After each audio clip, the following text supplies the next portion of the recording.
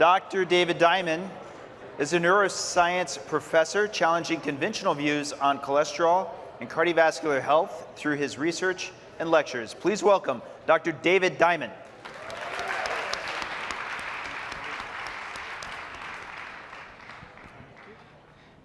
Thank you, Dave, not only for inviting me to speak, but for the outstanding work that you've done.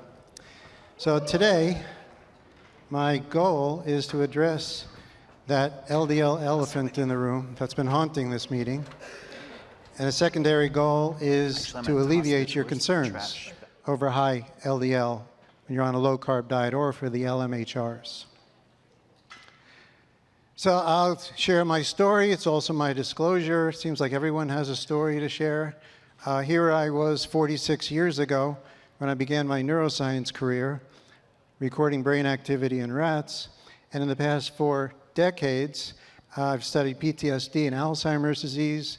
I've been a VA career scientist, and I've received funding from all these federal organizations. But I'm not going to talk about my neuroscience research today. What I'm going to talk about is more personal and entirely unfunded. So this is one of my blood tests. 25 years ago, I was diagnosed as being extremely high risk for developing heart disease. Here you could see my triglycerides at 771 and my HDL down in the low 30s. My ratio was more than 10 times what is considered healthy. And there were blood tests in which my triglycerides were as high as 1,000. So, wow, that's what my doctor said. And you could see some of the notes that were on my charts about how concerned my doctor was. He urged me to go on a variety of medication. He's have recommended meds to patient. Is he amenable? And I was not. I decided to learn about the biochemistry of triglycerides and HDL and realized that the reason why I had such high triglycerides was because of my high carb diet. So I cut back on the carbs, which helped me to not only lose weight, but I also reduced my triglycerides by about 75% or more and raised my HDL by about 25%. So once my triglycerides got into a range in which I could then measure my LDL, it turned out to be sky high. So now I had a second problem, which is in common with the LMHRs, in which I felt really healthy, but my doctor again is urging me to go on medication, including statins. So this is the problem, and this is a challenge in which we're faced with, which is high LDL appears to dramatically increase your risk of developing heart disease, even if you're an LMHR or you're overall healthy. So Dr. Budoff compared the LMHRs to the FH people, so it's in a sense it's a comparator group, and what you have are, he compared it to people with FH. And these are people who have abnormality in their lipid processing, their LDL receptor, and so from birth they have extremely high LDL, and as it says right there, there's a known risk for cardiovascular disease. So if you look then at the literature, you find a consensus, which is that for people who have FH, you see that if that LDL is not reduced, they're at very high risk of developing cardiovascular disease and die prematurely. So you can expect them to be dying of cardiovascular disease and overall all-cause mortality in their 30s, 40s, and 50s. So as a scientist, I just looked into the literature and asked the question. So based on their high LDL, these people should have premature cardiovascular disease, all-cause mortality, not only in people with FH, but in non-FH people who have extremely high LDL. So this study is representative of numerous studies on people with FH. And so this is a beautiful study in which you're looking at the rate of death for people at different ages relative to the general population. So 1.0 is the rate of death in the general population. So in the first few decades of life, people with FH do show all-cause mortality, do have a higher rate of death, but it's only a small percentage of the FH people. And that is why, even though it's somewhat above 1.0, it's not statistically significant, which means that most FH people are not dying in the first 4 decades of life. curious thing happens after the age of 40. The rate of death of people with FH is actually declining. So you see how it's going lower. Again, this is the age-specific mortality for the general population, and in fact, it's statistically significant for the people in their 70s, who are dying at about a 40% lower rate than the general population. And this is actually consistent with the literature. So let's look at what's actually causing these people to die. And so we look specifically at the 70-year-olds. Why is it they have a lower rate of death compared to the general population? If we look at cause-specific mortality, what we find is that they have a normal rate. This is not different from 1.0. So they have a normal rate of cardiovascular death. They have a significantly lower, 50% lower rate of death from cancer, and about a 70% lower rate of death from other diseases. So it's important to realize, you may not have heard this ever anywhere before, but people with FH are healthier than the general population. This really would surprise anyone in a medical school or a cardiologist. It would be very surprising. But this has been consistently found, that people with extremely high cholesterol actually have great longevity. Now, it's not just the FH population. So I've worked with some outstanding clinician scientists, and we reviewed the literature on people with very high LDL looking at mortality. And there was not a single study that showed a higher rate of mortality in people with high LDL compared to people with low LDL, which is why we concluded this should certainly address the cholesterol hypothesis, that the LDL is seeping into our arteries and therefore choking off the arteries and causing premature death. So why is it that elderly people with high LDL are so healthy? And this has been raised in a discussion already at the meeting, that LDL is a part of our immune system. And so you have up here, you have these damn buttons. You have up here, LDL is a part of immune system. And this is the study that Dave was referring to earlier, that animals that have extremely high LDL will survive a bacterial attack far better than animals with very low LDL. And specifically, it's the endogenous LDL that protects against the lethal effects of infection. And that is what makes people with high LDL so healthy. And one way to see how healthy people are with the high LDL, and this is of all ages, is in this study. So you have 30,000 people followed for 10 years, and a subset of those people develop sepsis. And this is an extreme immune reaction to an infection in which the immune system targets the organs and can cause severe organ damage and cause mortality. And what you have is the people with the lowest LDL were much more likely not only to develop sepsis, but also more extreme organ damage. And this effect occurs in people who have naturally low LDL, as well as the people who are taking statins to lower their LDL. So it's independently associated with people taking statins, as well as people with naturally low LDL. And the authors interpreted this based on the literature that says how important LDL is to clear bacterial toxins. So people with very low LDL have a less efficient immune system for targeting infection as well as cancer. So while your immunologist would be very happy to hear that you have high LDL, your cardiologist is still going to be very concerned. So let's talk about high LDL, especially with people with FH, and heart disease. So here you have a study in which you have people with FH, and they're all on statins. And after years, after 10 years, a subset of those people have developed heart disease, and a subset are free of heart disease.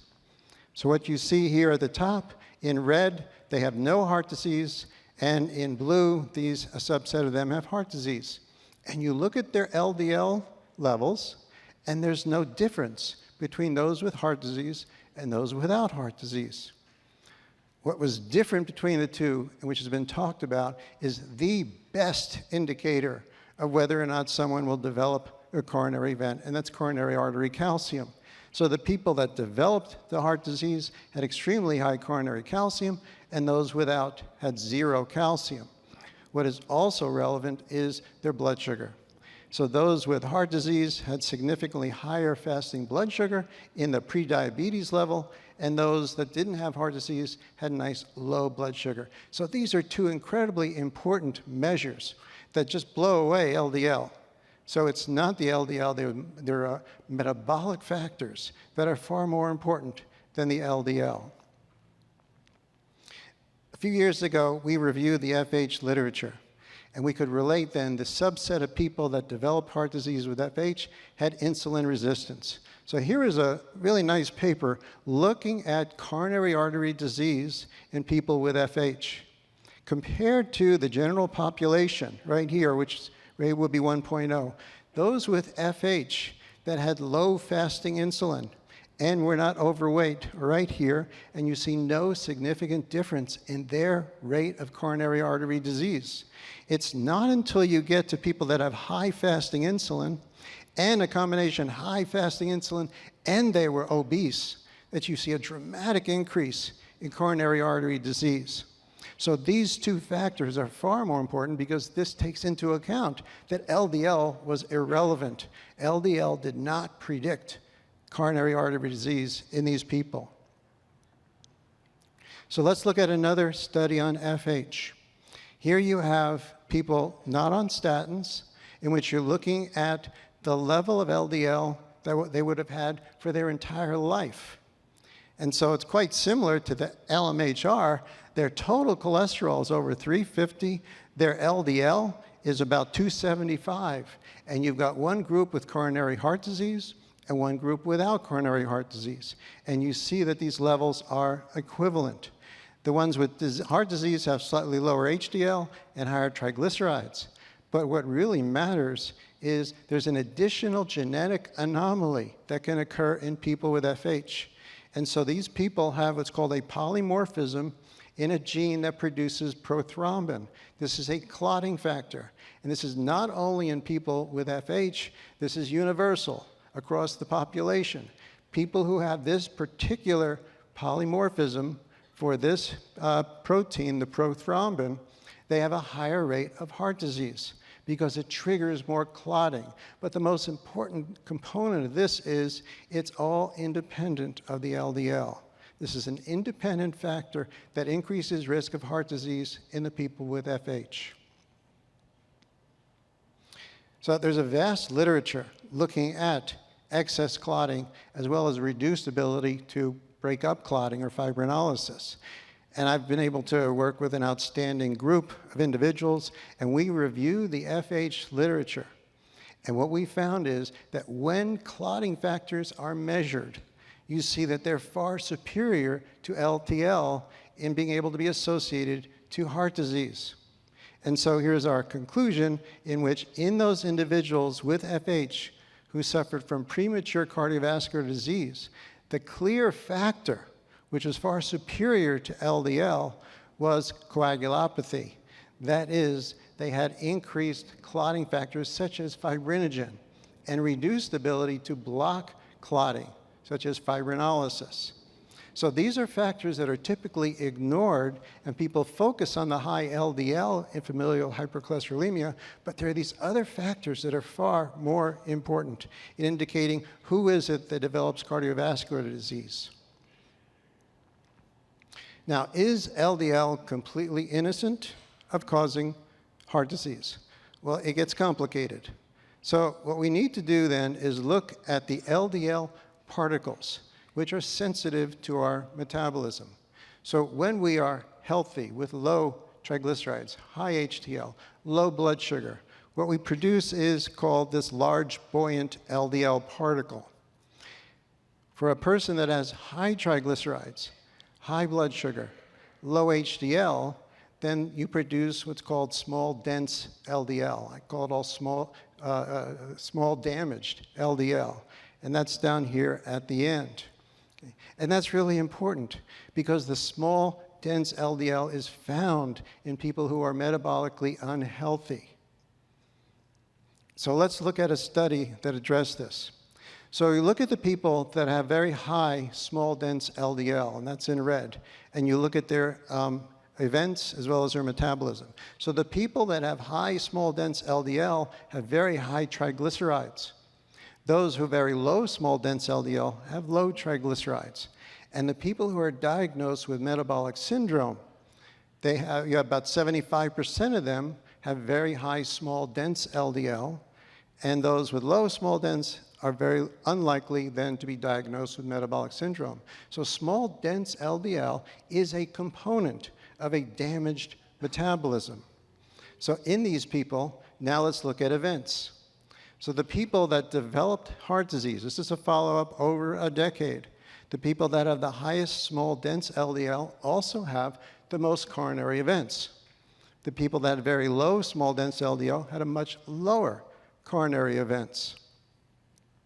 When we look at the large buoyant LDL, which again is found in people with low triglycerides, high HDL, you see no association of this form of LDL with coronary events. So it's really important to understand LDL exists in the combination, all the factors of the metabolism, and it is affected, therefore, by the metabolism. But in the healthy person with ideal metabolism, you see dominance of large buoyant LDL.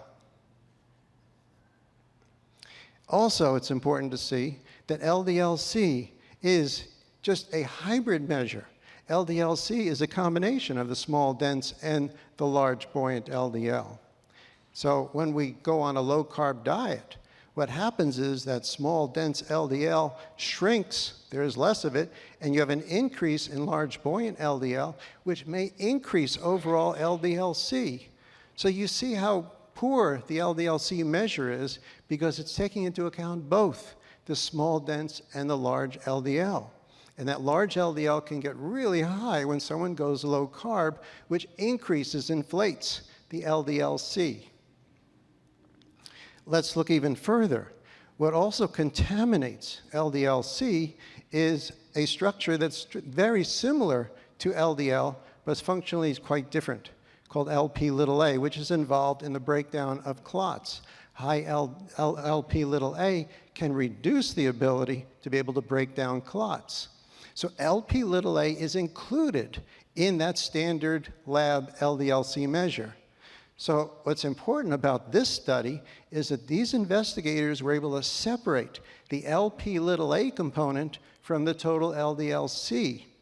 And what they concluded was when you separate the Lp(a), which is associated with heart disease, LDL-C is no longer associated with heart disease.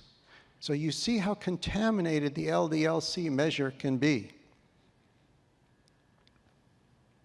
So are there observational studies? Can we actually say something about the lean mass hyperresponders from observational studies? So here is a study in which you're looking at ischemic heart disease in people. This is not in FH, this is a general population.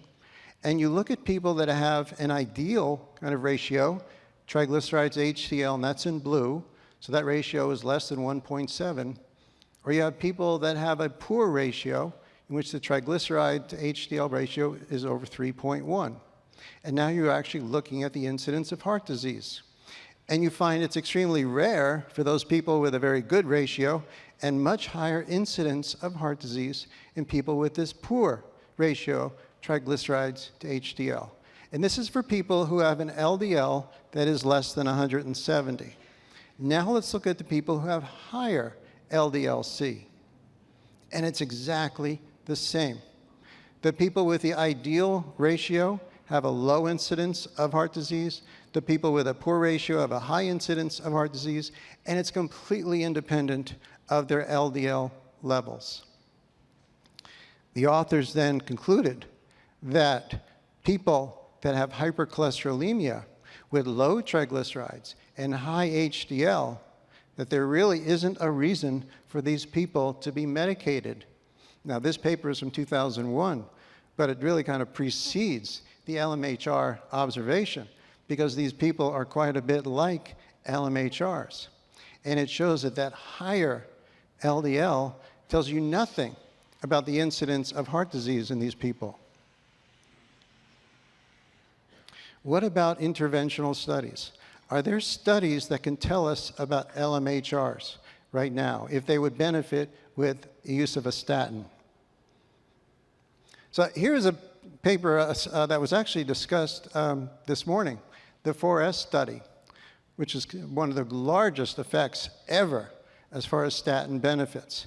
But the nice thing about this study is it's a reanalysis of that 4S based on people's triglyceride to HDL level. So in this reanalysis, everyone in the study had high LDL-C in the range, as you can see, from 176 to 195. Again, you're in the LMHR range. So what you've got are two groups. One group has very high triglycerides at 195 and low HDL, so their ratio is 5.9. These people are unhealthy. They have what's called atherogenic dyslipidemia. And you're comparing them now, again, to the people with extremely high LDL, but they've got low triglycerides at 89, high HDL at 63, so their ratio is 1.4. And they're called isolated high LDL. They're LMHR-like. And so now what you've got are four groups. You'll have placebo groups, and you'll have the healthy and the unhealthy, all of which start off with high LDL. So what we have here is the placebo group is showing a high incidence of coronary event, and their LDL is 185. They are given a statin, which reduced their LDL and dramatically reduced the incidence of events. This is the biggest effect I've ever seen with a benefit with statins reducing from 35 to 20%. That's an absolute risk reduction of 15%. But now let's look at the people with the same high LDL, but these are healthy people. So these people now have that same high LDL at 182, but these people have low triglycerides and high HDL. And so you see that dramatic reduction in the incidence of heart disease, which is independent of their LDL levels. And now these people are given a statin, and that is a non-significant effect. There is a dramatic reduction of LDL down to about 112, but no significant benefit when these people are given a statin. So in a sense, you have a choice. So if you have high LDL and also high triglycerides, low HDL, which means you're metabolically unhealthy, you can take a statin, and this would indicate there would be benefits. But along with those benefits come the side effects, which I completely agree with Dr. Ali, that there would be cognitive side effects, increased incidence of diabetes, as well as muscle issues. Or you could lower those triglycerides, raise your HDL with lifestyle dietary changes. There is another study that relates to this as well. And this was done in elderly people that had high LDL. And so you had people who either had high LDL and low HDL, or high LDL and high HDL. So what you've got here, once again, is the people with low HDL, okay, given the statin, pravastatin, had a lower incidence of coronary events. So there is a benefit in taking the statin to the people who are unwell, that is metabolically damaged. Now let's look at the people who have high HDL. So again, the placebo group shows a significant reduction in events because these are metabolically more healthy.